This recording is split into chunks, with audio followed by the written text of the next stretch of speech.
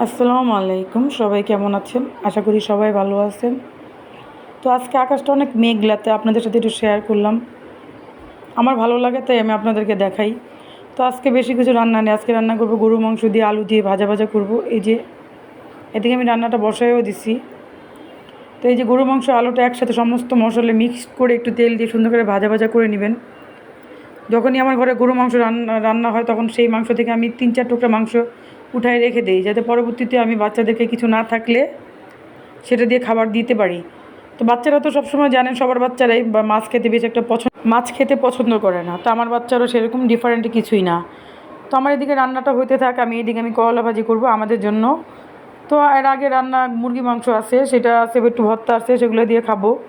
তো এদিকে আমার দেখেন ফাইনাল লুক, গরু মাংসটা ভাজা ভাজা হয়ে গেছে, করলা ভাজিটাও ভাজা ভাজা আমার হয়ে গেছে। তো আমরা এখন খাওয়া দাওয়া করবো। তো সবাই আমার সাথে থাকবেন, আমার ভিডিওগুলো দেখবেন, লাইক করবেন, কমেন্টস করবেন, শেয়ার করবেন, চ্যানেলটা সাবস্ক্রাইব করবেন। আপনারা সাবস্ক্রাইব করলে আমরা সামনে আগে যেতে পারবো। তো আপনারা সবাই ভালো থাকবেন, আমার সাথে থাকবেন। আসসালামু আলাইকুম।